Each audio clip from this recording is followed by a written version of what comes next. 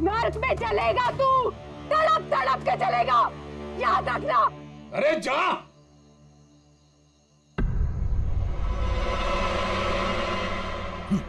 Let's enjoy, Rohan. अरे भूल जाओ।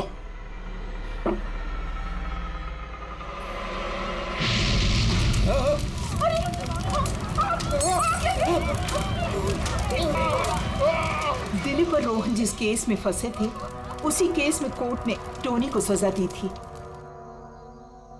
अच्छा, किस किस को पता था कि आप लोग यहाँ रेस्टोरेंट में आने वाले हैं? पता नहीं सर। अच्छा, दिलीप जी के आने से पहले इस चेयर के आसपास किसी को देखा था क्या? किसी अनजान आदमी को? नहीं सर, किसी को नहीं देखा सर। ये टेबल किसने रिजर्व किया था? दिलीप जी का फोन आया था, कह रहे थे कि हमारे लिए टेबल रिजर्व रखो। हमेशा यहीं बैठते थे, इसी टेबल इसी चेयर पर, रेगुलर कस्टमर थे हमारे।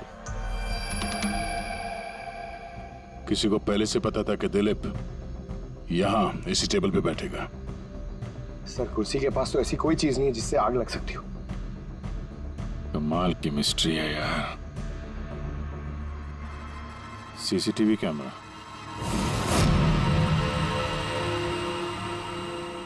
इसके फुटेज से पता चलेगा क्या हुआ था यहाँ पे। ओह माय गॉड, ये सब कैसे हो गया? कौन कर सकता है सब? उसी ने जिसने दिलीप का खून किया, सबूत मिटाने के लिए। ऐसे कैसे कोई मॉनिटर रूम में घुसा है? सिक्योरिटी कहाँ है तुम्हारी? सर, इस रूम में सिक्योरिटी की जरूरत ही नहीं है, इससे पहले कभी ऐसा हुआ ही नहीं है। सर, सर मुझे नहीं लगता उसके पास टाइम होगा सीसीटीवी फुटेज डिलीट करने का। सर, उसने बस तोड़फोड़ कर दी है। अगर हम किसी एक्सपर्ट को बुलाते हैं सर, तो वो शायद हार्ड डिस्क से रिकवर कर पाए। सर,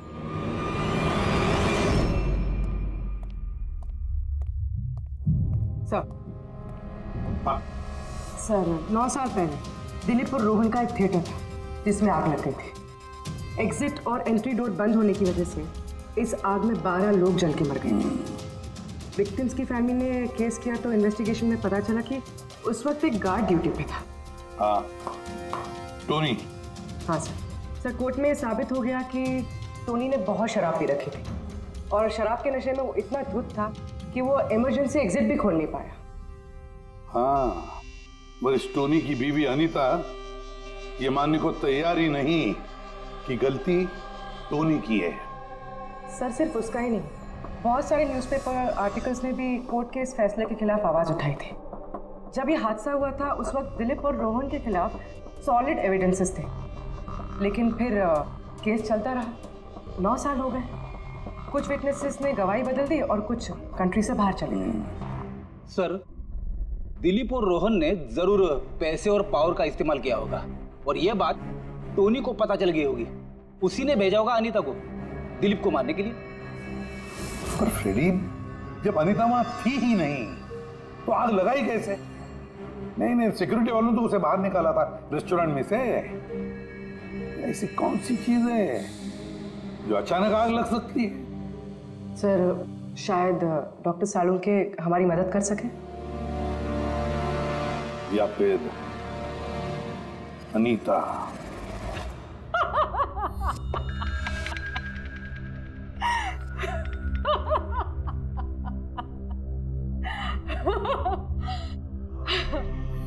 किस बात पे इतना हैरान है? मेरी हंसी पे? क्या दिलीप की मौत पे? दिलीप की मौत पे तुम इतना खुश क्यों हो रही हो? अब मैं खुश नहीं होंगी तो और कौन होगा? कल रात रेस्टोरेंट से निकलने के बाद तुम कहाँ गई थी? जेल, अपने पति से मिलने। वार्डन के पास सारे रिकॉर्ड हैं, आप चाहें तो चेक कर सकते हैं। वो तो हम करेंगे, और ये भी कि आखिर तुमने वो आग लगाई कैसे?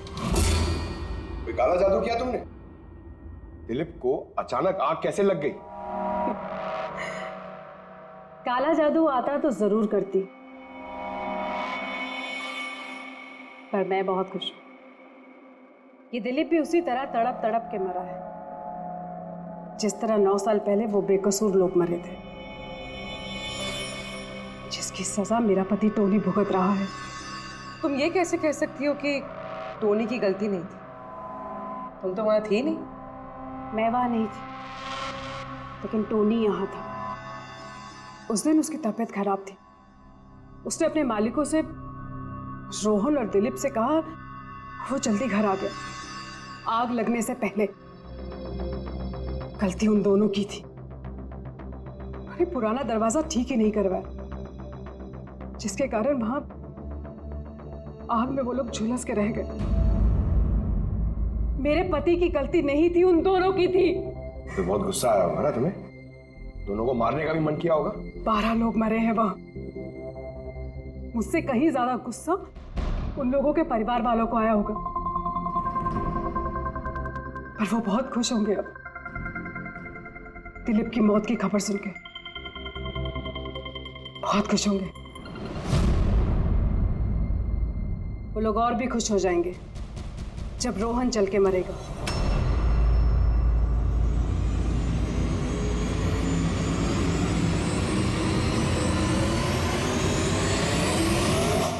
सर 42 लोग हैं, उन 12 विक्टिम के करीबी रिश्तेदार और फैमिली वाले। सस्पेक्ट ज्यादा और वक्त कम।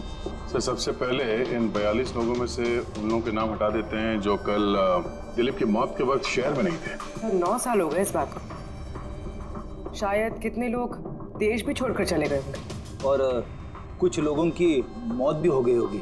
फिर भी पता तो लगाना ही पड़ेगा। देखो कितने लोग शहर में थे जब दिलीप की मौत हुई।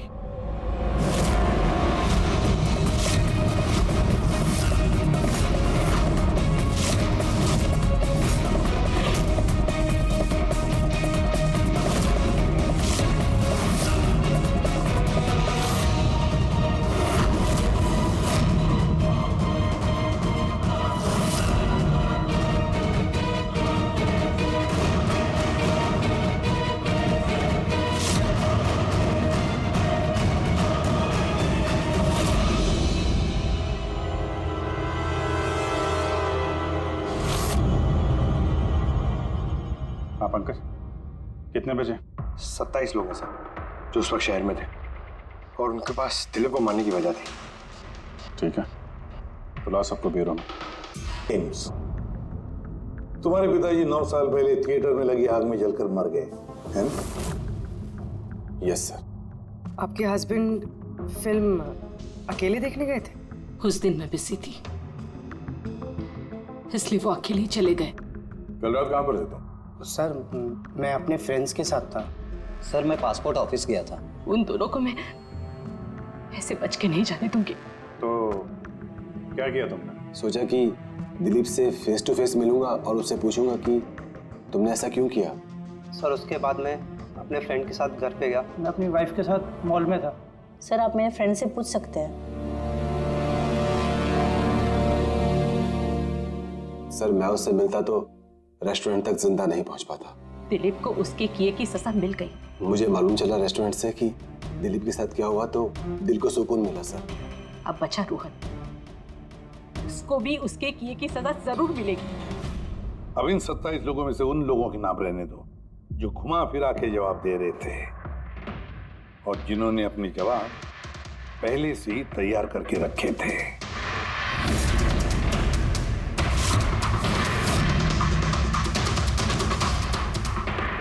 सर अब 15 बजे। अब इन 15 लोगों को उस दिन के बारे में पूछते हैं जब 9 साल पहले थिएटर में आग लगी थी। देखते हैं किसे सबसे ज्यादा गुस्सा आता है, कौन मुंह फेर लेता है। सर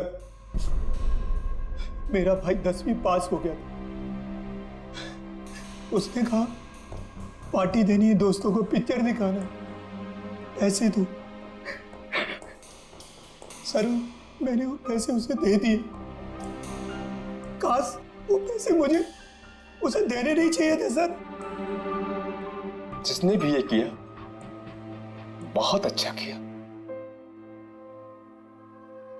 आज मैं खुश हूं। आज मैं बहुत खुश हूं। कुमार साहब आप यूनिवर्सिटी में फिजिक्स के प्रोफेसर हैं, है ना? Yes sir, head of the department physics. लेकिन मेरे खुद के बेटे को पढ़ाई में कोई इंटरेस्ट नहीं था। बहुत डांटता था मैं उसे, लेकिन अनिकेत के ऊपर कभी कोई फर्क नहीं पड़ा। एक नंबर का बदमाश बन गया था वो। उस दिन भी वो कॉलेज से बंक करके दोस्तों के साथ फिल्म देखने चला गया और सर और वापस घर पे कभी नहीं आया। हिमेश, राइट, कॉन्ट्रैक्टर हो ना तुम? हाँ सर। हिमेश, 9 साल पहले तुम अपनी पत्नी के साथ फिल्म देखने गए थे उस थिएटर में। नई नई शादी हुई थी मेरी, सलोनी के साथ फिल्म देखने के लिए गया था। उसको भूख लगी थी, मैं समोसे लेने के लिए बाहर गया। मैं वापस आया तो देखा वहां के दरवाजे लॉक हो गए थे। वहां अंदर से लोगों के चिल्लाने की आवाज आ रही थी और धुआं निकल रहा था वहां से। सलोनी, मैंने सब दरवाजे खोलने की बहुत कोशिश की। सलोनी, मैंने बहुत कोशिश की। मैं पागलों की तरह दरवाजा को ठोकता रहा, पीटता रहा। सलोनी, सलोनी, सलोनी, सलोनी, सलोनी कहीं चिल्लाता रहा। अरे कोई दरवाजा खोल दो यार। सलोनी, सलोनी। लेकिन मैं कुछ नहीं कर सका सर, मैं कुछ नहीं कर सका। अपनी सलोनी को मैं बचा नहीं सकता। वहां पे एक गार्ड भी था ना, टोनी, उससे भी दरवाजा नहीं खुला क्या?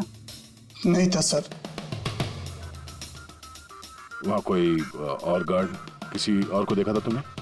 कोई नहीं था सर, कोई नहीं था। मैं 9 साल पहले जो बात कोर्ट में कहा वही आज कह रहा हूं। जब सिनेमा हॉल में आग लगी थी उस वक्त टोनी वहां पर नहीं था सर।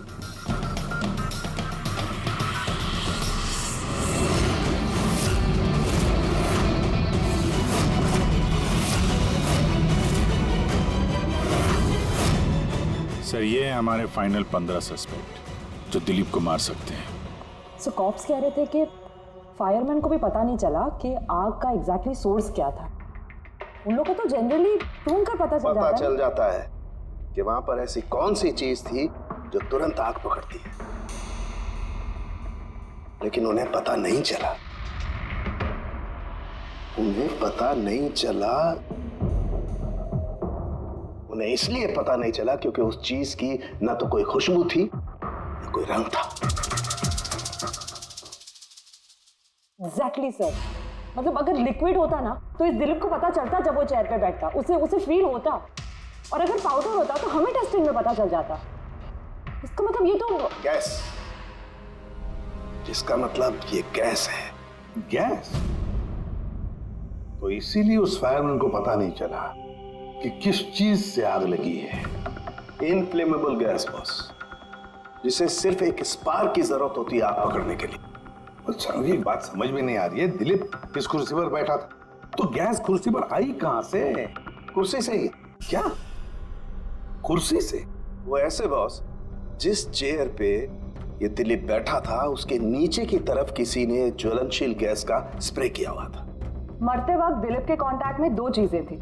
एक तो ये चेयर जिस पे वो बैठा था और एक वाइन का ग्लास जो उसने हाथ में पकड़ा हुआ था।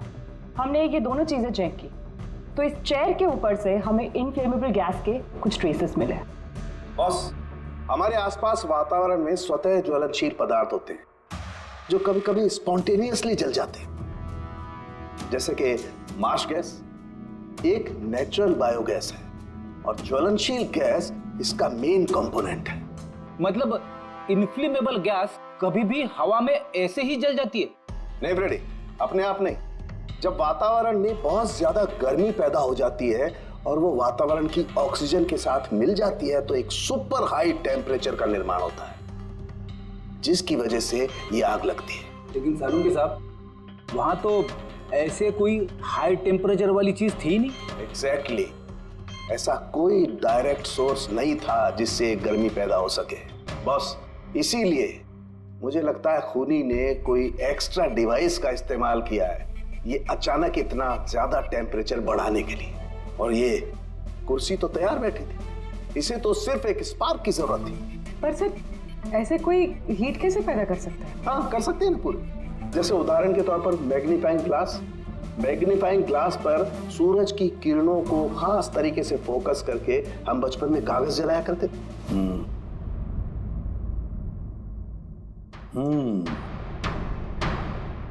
लगता है इस रेस्टोरेंट में फिर से जाना पड़ेगा। पता लगाना पड़ेगा किस चीज से आग लगी।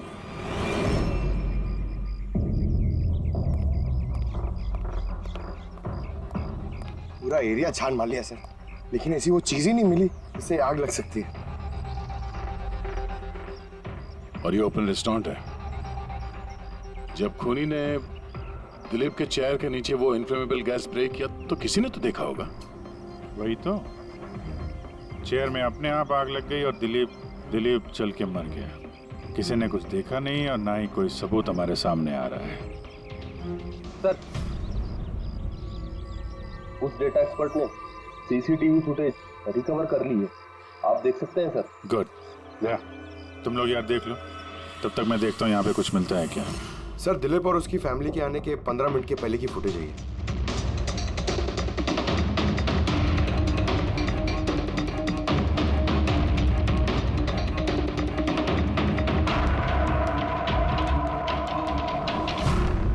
ये कुर्सी चेंज कर रहा है। इसका कोई दूसरा एंगल है क्या इसी टाइम का? चेक करो। एक मिनट सर।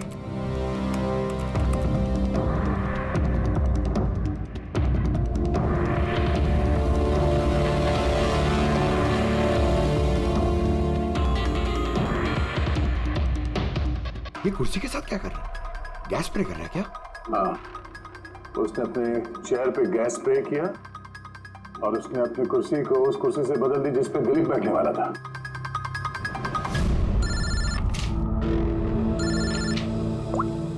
आ गया।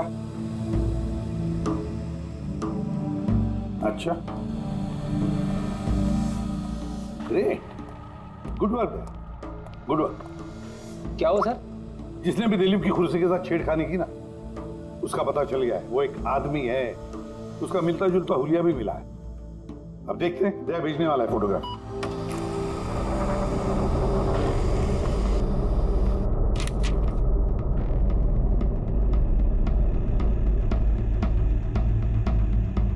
खूनी इन बचे लोगों में से कोई एक है, इन्हीं में से एक। और अब इसका अगला शिकार रोहन है।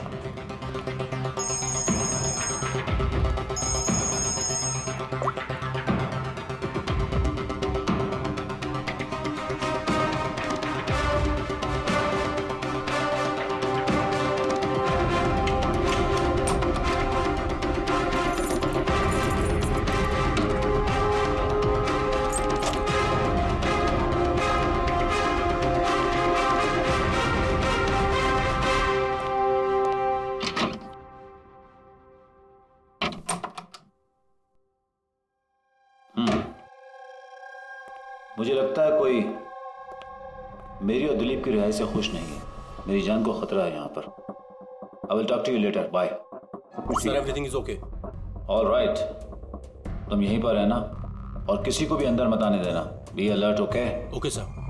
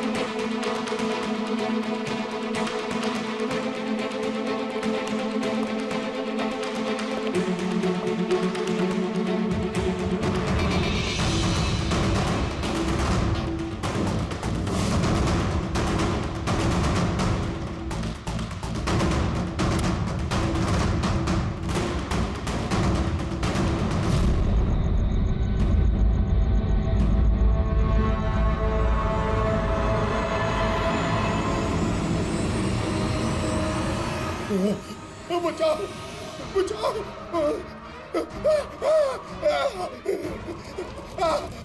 बचाओ पानी पानी बचाओ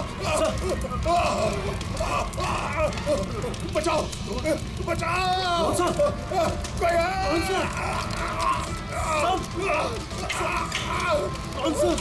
बचाओ पानी पानी कौन सा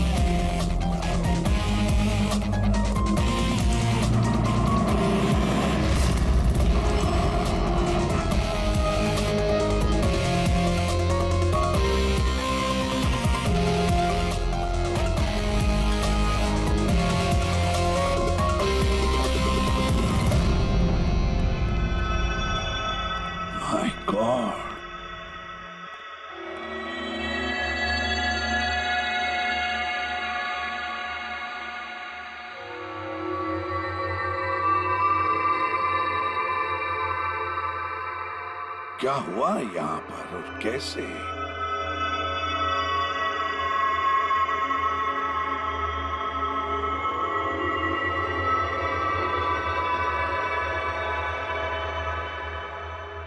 यहाँ पर भी और किसी किस्म की कोई स्मेल नहीं सिवाय इस जली हुई लाश की बदबू के।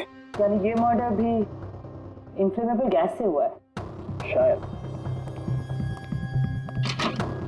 ये सब हुआ कैसे? हाँ? सर मैं रोहन सर का बॉडीगार्ड हूं सर। अच्छा, तो फिर ये आप लोग कहाँ थे जब ये सब हुआ?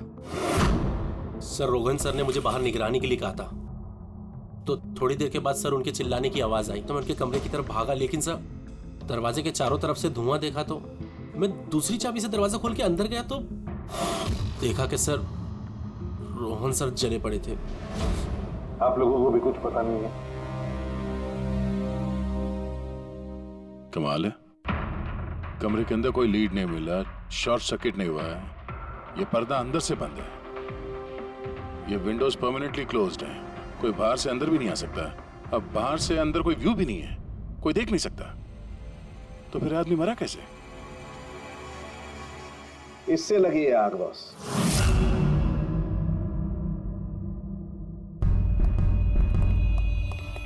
ये इस चीज से ये है क्या सर? फिलामेंट है। फिलामेंट? इलेक्ट्रिक बल्ब के अंदर का फिलामेंट। और जब इस फिलामेंट में इलेक्ट्रिक करंट पास होता है तो ये गर्म होकर के लाल हो जाता है। बॉस खूनी ने भी इसी टेक्निक का इस्तेमाल किया है उस ज्वलनशील गैस को जलाने के लिए। पर वहाँ रेस्टोरेंट में जहाँ पर दिलीप की मौत हुई थी, वहां पर तो हमें ऐसा कोई फिलामेंट वगैरह नहीं मिला। बॉस इतनी छोटी सी चीज है, वो खुली जगह है, उड़ गई होगी शायद कहीं, लेकिन यहाँ तो पूरा कमरा बंद है, इसीलिए पलंग के नीचे मिल गया मुझे। लेकिन सर फिलामेंट से करंट पास होने के लिए वायर्स का कोई ना कोई कनेक्शन तो होना चाहिए ना बेड तक। होगा, यही कहीं होगा जरूर। तब पूरा बेड चेक कर लिया हमने, कमरा चेक कर लिया, ऐसा तो यहाँ पे कुछ भी नहीं मिला सर। दया, वो दरवाजा कैसा? मैनेजर। Yes sir. वो दरवाजा कहाँ खुलता है? सर दूसरा रूम है जो इस रूम से कनेक्टेड है सर। अब वैसे ये रूम सील्ड रहता है, इसे कोई खुलता नहीं सर। खोलो दरवाजा। Yes sir. आइए सर।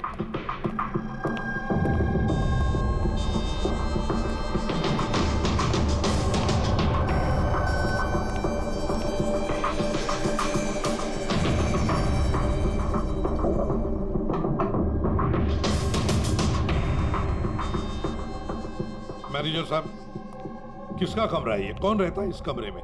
गेस्ट है कोई सर, डिटेल्स चेक करनी पड़ेगी। मंगाओ। Okay sir.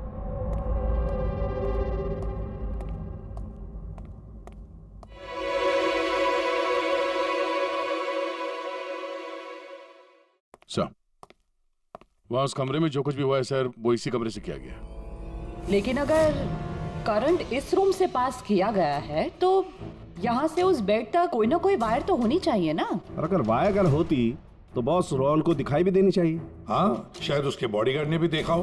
बुलाओ उसके बॉडीगार्ड को। आप आओ यहाँ।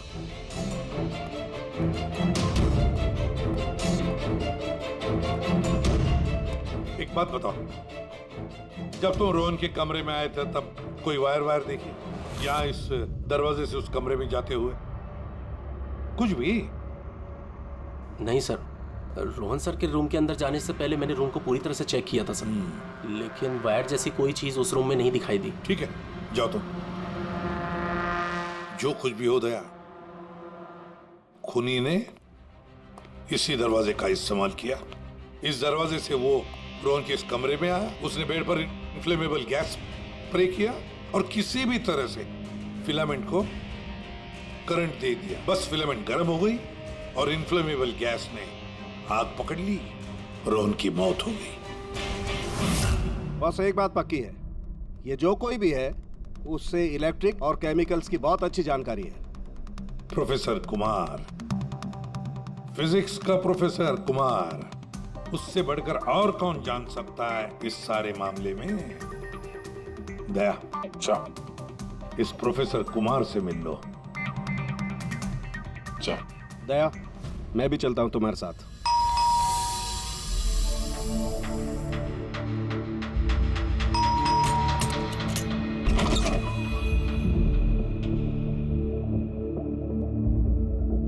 प्रोफेसर कुमार है घर पे?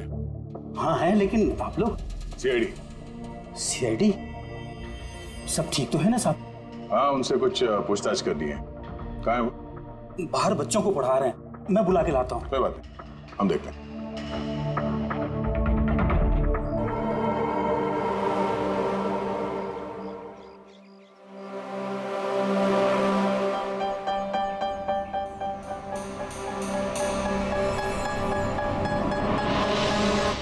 मिस्टर कुमार, हमें आपसे कुछ पूछताछ करनी है। पूछिए, क्या पूछना है? इसे पहचानते हैं आप? ये तो फिलामेंट। गुड, सही पहचाना आपने। आपको पता ही है फिलामेंट हमें कहाँ से मिला? ये तो आप ही को पता होगा कहाँ से मिला आपको। रोहन के पेट के नीचे से। कल रात उसी पेड़ पे रोहन जल के मर गया। व्हाट? रोहन की भी डेथ हो गई? कल रात आप कहाँ पर थे? रात 9 से लेकर सुबह 3 बजे तक। आप मुझ पर शक कर रहे हैं? ये हमारे सवाल का जवाब नहीं हुआ मिस्टर कुमार। कल मैं पूरा दिन और पूरी रात घर पे ही था। कोई गवाह? जी हाँ, मेरा नौकर रामू और विकास, प्लीज कम हियर।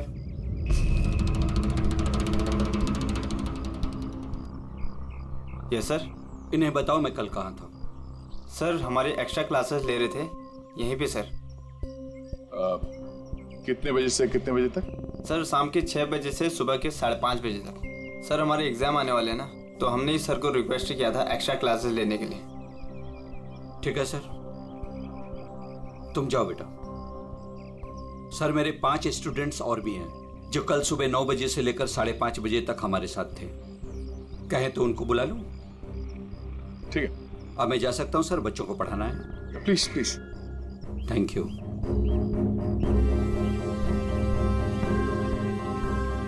हाँ, तो बच्चों में ये कह रहा था कि बिना सोल्डरिंग वायर के भी हम मदरबोर्ड फिक्स कर सकते हैं with the help of adhesive conductor.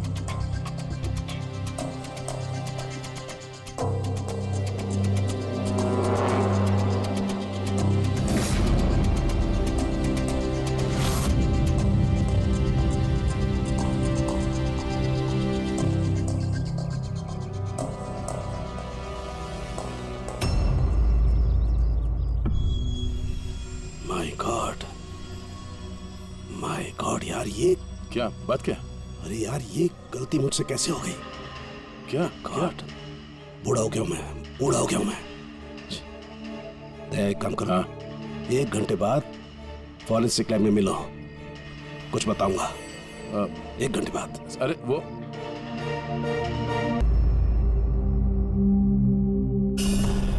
लो बस एक काम करो, इस स्विच से इन बल्ब्स को जलाओ।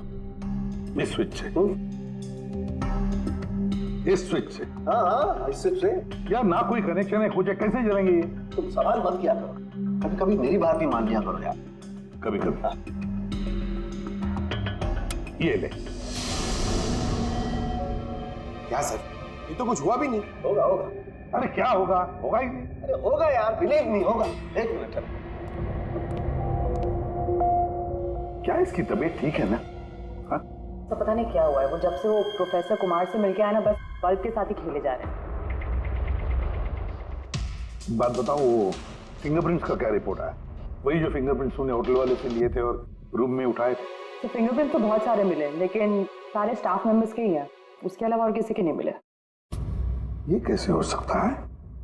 तो भाई साहब जरा इधर भी ध्यान दीजिए। हाँ हाँ ध्यान है। हाँ।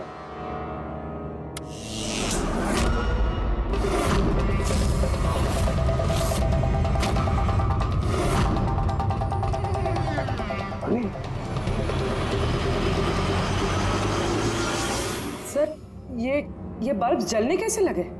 क्या बात है सालून के साहब, बिना वायर के सारे बल्ब जला दिए। लेकिन सालून के साहब ये सब आपने किया कैसे? ठीक वैसे ही हुआ ये फ्रेडी, जैसे कि खूनी ने किया था, उस दिलीप की कुर्सी पे और रोहन के बेड पे। जादूगर सालुंखे, जरा साफ साफ बताइए, आपने ये किया कैसे? करंट क्या हवा में से आया? हवा में से नहीं आया बॉस, करंट आया है इलेक्ट्रिक पेंट के जरिए। Electric paint? हाँ, इलेक्ट्रिक पेंट। दरअसल बिजली के जो तार होते हैं वो मेटल के होते हैं, और metal is a good conductor of electricity, इसीलिए करंट उनमें से पास होकर के जाता है। ठीक इसी तरीके से कुछ पेंट भी होते हैं जिन्हें हम इलेक्ट्रिक पेंट कहते हैं, और ये भी गुड कंडक्टर ऑफ इलेक्ट्रिसिटी होते हैं। इनमें से भी इलेक्ट्रिसिटी पास हो सकती है, और कमाल की बात यह है कि ये किसी भी कलर में मिल सकते हैं, जो आसानी से किसी भी बैकग्राउंड में मर्ज भी हो सकते हैं। ओह, इसीलिए हमें होटल रूम में और रेस्टोरेंट में कुछ दिखा नहीं सर। Exactly that. खूनी ने दरअसल होटल के कमरे का और रेस्टोरेंट के फ्लोर का, दोनों का कलर इस कलर के साथ मैच किया, इसीलिए हमें दिखाई नहीं दिया। तो ये इलेक्ट्रिक करंट, आई मीन ये जो इलेक्ट्रिक पेंट है, ये आसानी से मिल जाता है? हाँ मिल सकते हैं।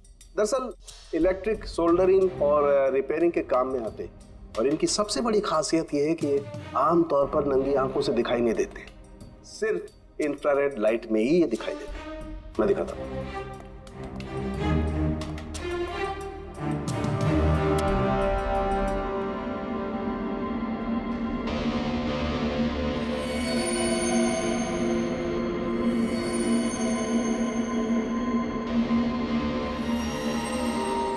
देखा बॉस?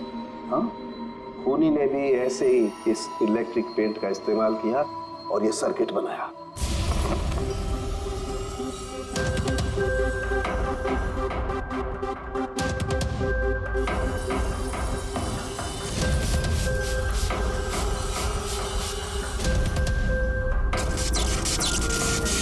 एक बात तो पक्की है, ये जो भी कोई है उसे इन सारी चीजों की पक्की जानकारी है।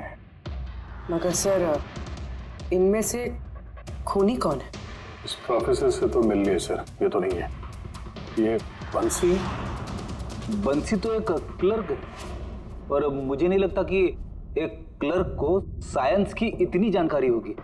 सर, इनमें से सबसे ज्यादा पढ़े लिखे तो ये प्रोफेसर ही लग रहे हैं।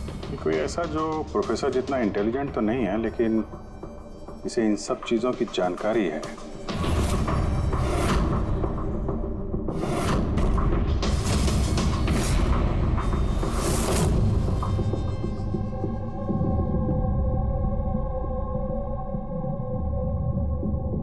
वो ये है अभिजीत, ये है वो।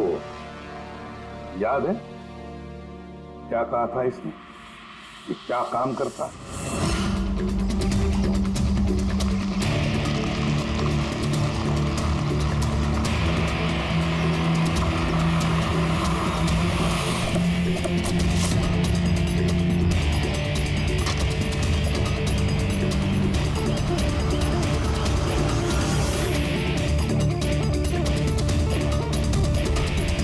चले ससुराल।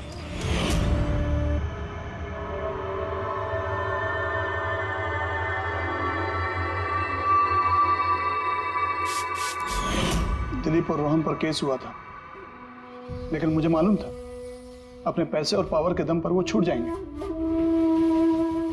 लेकिन उनके पास पैसा था तो मेरे पास दिमाग। कई महीनों तक उनका पीछा किया। वो कहां जाते हैं, क्या करते हैं, किससे मिलते हैं, सब कुछ। आखिर मैंने दोनों को मारने की तरकीब ढूंढ ही निकाली, इलेक्ट्रिक पेंट्स और सर्किट्स के जरिए।